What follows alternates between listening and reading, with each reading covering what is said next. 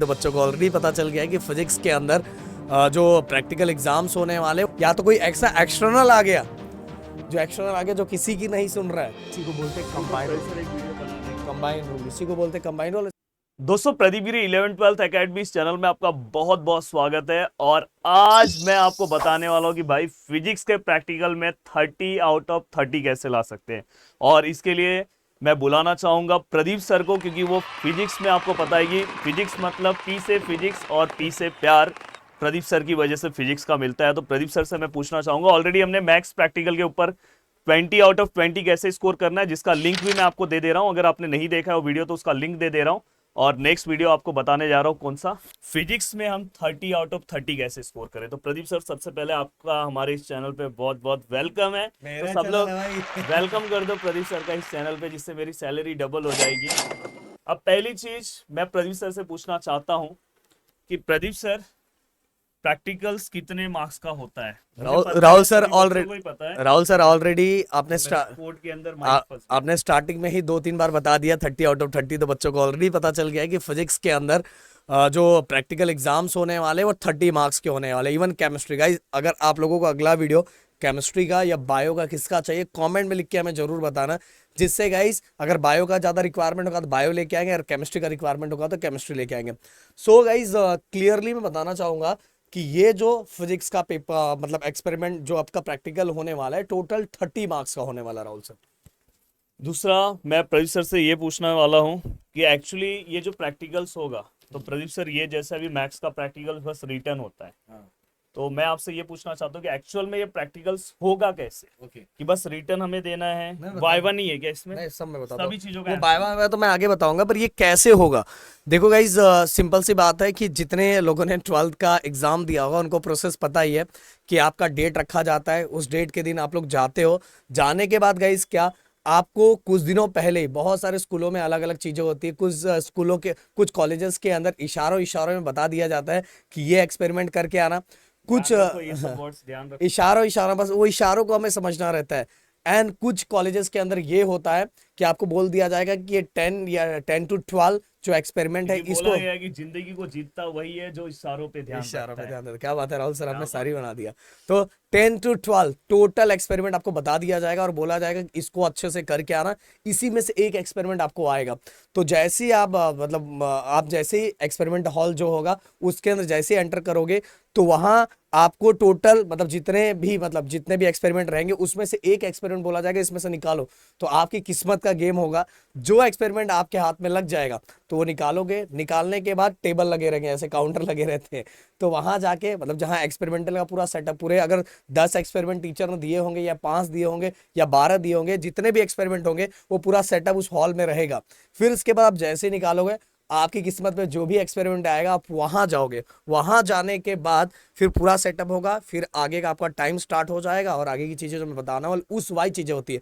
But guys एक चीज है, चलो हेल्प में बताने वाला हूं, राहुल सर पूछे। देखो, प्रदीप सर ने ऑलरेडी आपको सब कुछ बता दिया कि मतलब डायरेक्ट आपको कुछ चीजें दी जाएगी, वहां पे चीट रहेंगे, आपके नंबर पे जो आएगा उस हिसाब से, मतलब अलग अलग कॉलेजेस अपने हिसाब से करेंगे। ऐड करना चाहूंगा, नहीं बेसिकली रूल यही है, बट कुछ जगहों पे ये भी होता है कि जब देख लिया जाता है भाई ये कुछ नहीं कर सकता, तो उसको एक्सपेरिमेंट डायरेक्ट बोल दिया जाता है, चल ये कर ले। ये भी होता है, ये भी होता है। कौन सा आता है, कौन सा आता है? अब देखो दोस्तों, नेक्स्ट है कि यहाँ पे मैं पूछना चाहता हूँ कि जो सबसे ज्यादा इंपॉर्टेंट है, कि कभी कभार हो जाता है कि यार अपना ये एक पार्ट खराब हो गया, तो हमारे मन में चलने लगता है यार 30 में से लग रहा है मैं फेल हो जाऊंगा, 30 में से या तो मेरे को 10 ही मिलेगा। वो सब तो प्रदीप सर उसका आंसर देंगे, पर सबसे ज्यादा पहला जो मैं यहाँ पे क्वेश्चन पूछना चाहता हूँ इनसे कि मार्क्स डिस्ट्रीब्यूशन किस तरह से रहेगा अकॉर्डिंग टू बोर्ड का जो नोटिफिकेशन आया उसके अकॉर्डिंग प्रदीप सर बताना चाहते हैं। ओके राहुल सर, पहले मैं ये बता देना चाहता हूँ, फेल होने का तो किसी को टेंशन वेंशन नहीं है, डर और नहीं है। मतलब ठीक है, मैं अगर प्रैक्टिकल के दिन नहीं भी जाऊं तो भी नहीं पास नहीं हो नहीं जाऊंगा? भाई, ऐसा मत करना। ध्यान रखो, मतलब प्रैक्टिकल के दिन जाके बैठना तो पड़ेगा। हाँ, ये नहीं तो फिर नहीं तो लटक जाओगे फिर। गलत मैसेज ले लोगे तो फिर सही नहीं है। लटक जाओगे फिर। चलो, अब मैं पूरे रूल वाइज सिस्टमैटिक जो नोटिफिकेशन उस वाइज बातें करेंगे, हम उड़ी उड़ी बातें नहीं करेंगे। सो गाइस टोटल मिला के आप देखो 30 मार्क्स का आपका एक्सपेरिमेंट होता है। सबसे पहले लॉन्ग एक्सपेरिमेंट जो होता है 1 घंटा 30 मिनट्स उसके अंदर मिलता है। मैं आपको बताना चाहूंगा, देखो ये एक्सपेरिमेंट का टाइम होता है, वैसे ओवरऑल आपको टाइम दिया जाता है, बट फिर भी इसके अंदर आपको ये टाइम फोकस करना चाहिए कि जो लॉन्ग एक्सपेरिमेंट होता है उसको 1 घंटा 30 मिनट मिलता है, जिसका 10 मार्क्स आपको दिया जाता है। एंड गाइस 10 मार्क्स भी आपको डिवाइड किया गया है कि आपको उसके अंदर सर्किट डायग्राम होगा, रे डायग्राम होगा, एक्सपेरिमेंटल डायग्राम होगा, उसका 1 मार्क्स मिलेगा। फिर जो ऑपरेटर आपको सेटिंग करने के लिए दिया जाएगा वो प्रॉपर तरीके से नहीं किया जाएगा, उसके 1 मार्क्स दिए रहेंगे। फिर लॉ एक्सप्लेन करने का 1 मार्क्स रहेगा। फिर इसके बाद गाइस आप जो परफॉर्म करोगे उसको ऑब्जर्वेशन करके रिकॉर्ड करोगे, इसके 3 मार्क्स होंगे। देन कैलकुलेशन 2 मार्क्स होगा, ग्राफ अगर ड्रॉ करना है तो 2 मार्क्स होगा।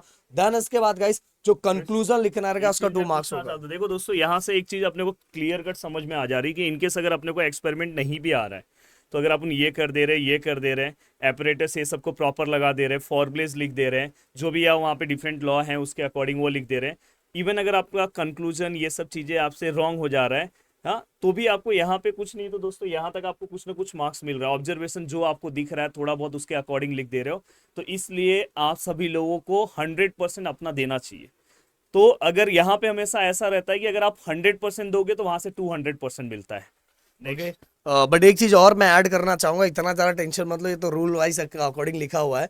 बहुत कम ही कॉलेजेस के अंदर है जिन कॉलेजेस के अंदर बच्चों को इतने सारे रूल से जाने पड़ते हैं, जो मतलब ये बोर्ड का हाँ नोटिफिकेशन है तो जो लिखना टॉप पड़ता है। कॉलेजेस है।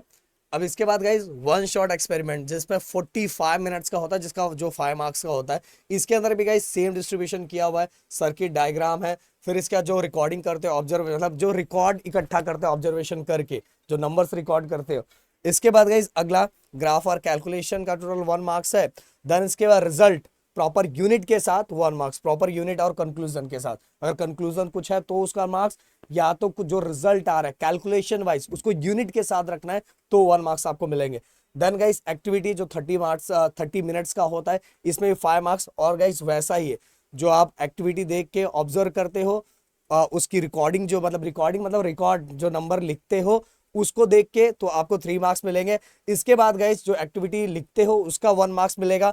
इसके बाद गाइस यूनिट और कंक्लूजन, जो आपका आंसर आता है उसको यूनिट के साथ लिखोगे तो या तो 1 मार्क्स, या कंक्लूजन लिखना होगा तो उसका 1 मार्क्स। इस तरह से आपको प्रॉपर मतलब मार्क्स का डिस्ट्रीब्यूशन दिया जाता है, किसके लिए, एक्टिविटी के लिए। इसके बाद मैं अगला बात कर देना चाहता हूँ वाइवा।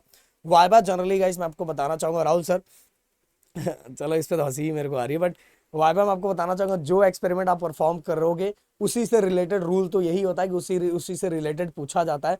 15 मिनट्स उसके लिए भी टाइम होता है, बट कुल मिला के जब टीचर को लगता है ना भाई ये तो कुछ नहीं बोल रहा, भाई तू कुछ तो बता दे, तू फोर्स का यूनिट बता दे, ये भी होता है। देखो बट इनडायरेक्टली वाइवा में क्वेश्चन क्या पूछा जाता है मैं आपको बता रहा हूँ। जैसे अगर वो आपसे फाइनल फॉर्मूला पूछेंगे जो आप न्यूमेरिकल्स में यूज करते हो, तो आप क्या करो पता है, वाइवा का प्रिपरेशन आप जब कर रहे हो तो आप अभी से जो सिलेबस पढ़ रहे हो ना, वही आपका वाइवा है। आपको प्रॉपर डेफिनेशन पूछ लेंगे, छोटे मोटे डेफिनेशन और फॉर्मूला, बस यही दो चीज पे, और यूनिट्स, ये तीन चीजों पे वाइवा लिया जाता है आपसे। बहुत डीपली क्वेश्चन नहीं पूछा जाता एप्लीकेशन बेस्ड, ये मत, अगर पूछा भी जाता है तो आप मुस्कुरा देना, तो दूसरा क्वेश्चन आ जाएगा। नहीं मुस्कुराना ज्यादा, राहुल सर गुस्सा हो जाएगी टीचर मतलब अगर समझ पता रहे चला। हो ना कैसा मुस्कुराना बोल रहा हूँ।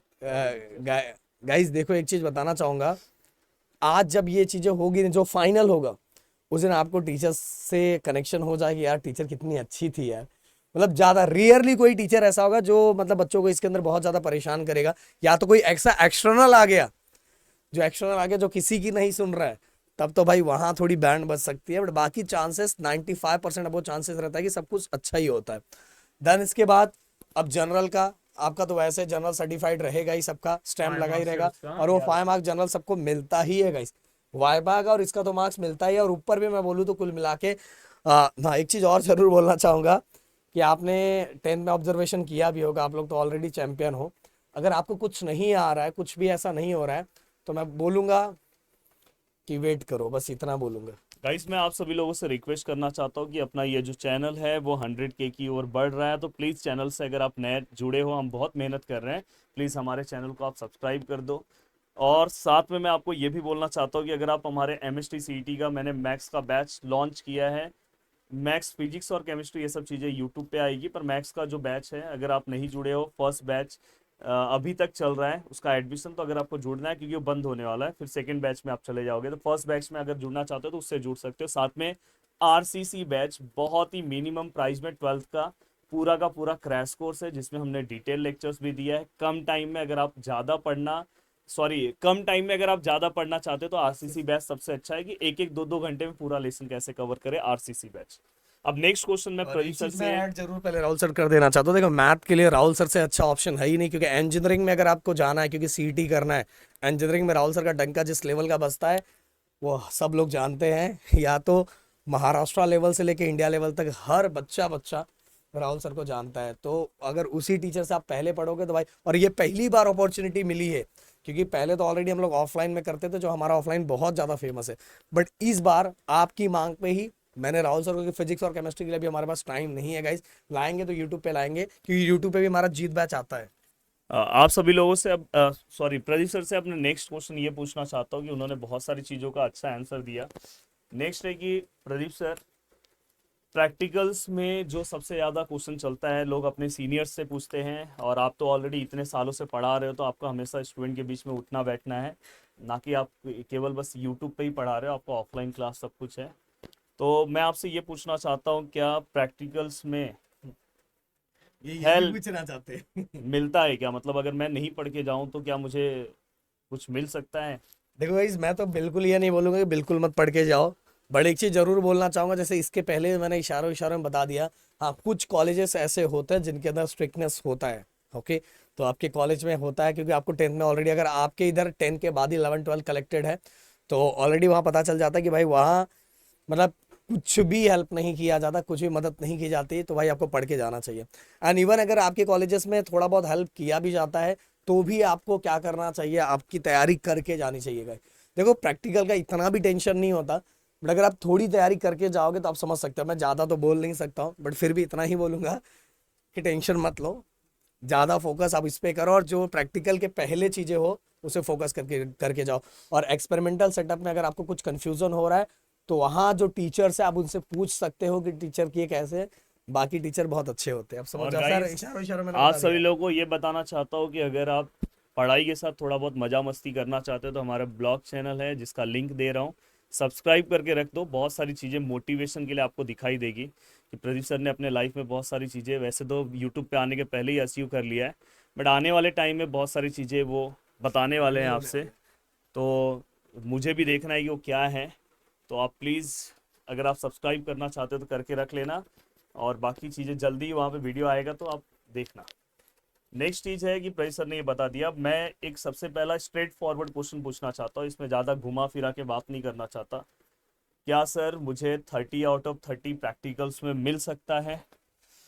राहुल सर, ज्यादातर बच्चों को 30 आउट ऑफ 30 मिलता है। ओके, क्योंकि 30 आउट ऑफ 30 के लिए आपको जरूरी नहीं है कि मतलब बहुत थोड़ा सारे सा सीरियस रहना पड़ेगा। बहुत सारे हाँ, बहुत सारे क्राइटेरिया को फुलफिल करना, बस लास्ट के क्राइटेरिया को अगर फुलफिल कर लेते हो, सभी चीजें आपने सही टाइम पे सबमिट कर किया हुआ है। 28 और 29 वाले तो मैदान में भरे रहते हैं, 30 वाले भी भरे रहते हैं, पर इसलिए हाँ, थोड़ा सा ध्यान रखोगे ना। अभी मैं ये वीडियो क्यों बना रहा हूँ कि अभी से आप फोकस हो जाओगे, तो आपका जब प्रैक्टिकल स्टार्ट होगा ना, तो आप बहुत अच्छे से चीज़ें कवर करोगे। अगर मैं प्रैक्टिकल के दिन वीडियो बनाता तो उतना आप नहीं कर पाते, तो अभी से आप टीचर्स से, सबसे आपका इंटरेक्शन अच्छा हो जाएगा, ध्यान दोगे टीचर्स क्या बता रहे हैं, तो आपका प्रैक्टिकल्स पे बेनिफिट होगा। इसलिए एक थैंक्स तो बनता है यार नीचे कमेंट ओके, सेक्शन। सब कुछ सही टाइम पे सबमिट कर रहे हो, सब कुछ कर रहे हो, और तो इतना टेंशन मत लो, आपको बहुत अच्छी तरीके से मिला, क्योंकि ये 30 बहुत जरूरी है गाइस, क्योंकि आप सभी को पता है कंबाइन रूल 30+70 का होता है।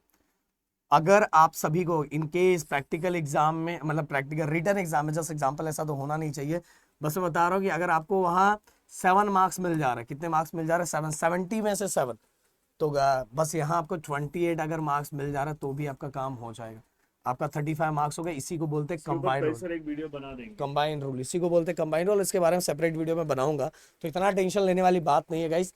बस जो चीजें हमने बताई प्लीज उसको फॉलो करो। एग्जाम्स के पहले ऐसा मत करो कि पढ़ के मत जाओ, पूरी थोड़ी तैयारी करके जाओ। एक्सटर्नल कभी कभार ऐसे एक्सटर्नल भी आ जाते हैं ना, जो बहुत ज्यादा टेंशन देते हैं, ये चीजें याद रखो।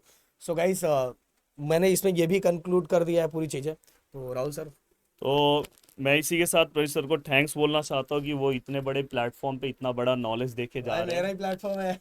नॉलेज, उस प्लेटफॉर्म को मैं कब्जा कर रहा हूँ धीरे धीरे।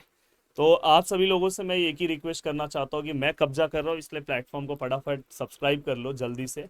और दोस्तों प्लीज़ ये सब चीज़ें आप फॉलो करो और नीचे कमेंट करो कि बायो का या केमिस्ट्री का किसका चाहिए, तो हम बायो और केमिस्ट्री का भी और लेकर सर आएंगे एक चीज कि मैं ऐड करना चाहूंगा। देखो मैं चाहता हूँ एज अ बड़े भाई कि मेरा छोटा भाई ये चैनल को कब्जा कर ले, मैं दिल से चाहता हूँ कि ये कब्जा कर ले पूरी तरह से। तो ऐसी हमारी दिलो तमन्ना नहीं है। तो भाई आप बस आप लोग दोनों भाइयों को प्यार दो, बस हम ये चाहते हैं। Thank you so much guys. चलो मिलते हैं अब नेक्स्ट वीडियो में। जय बाय हिंद बाय। एंड जय महाराष्ट्र दोस्तों।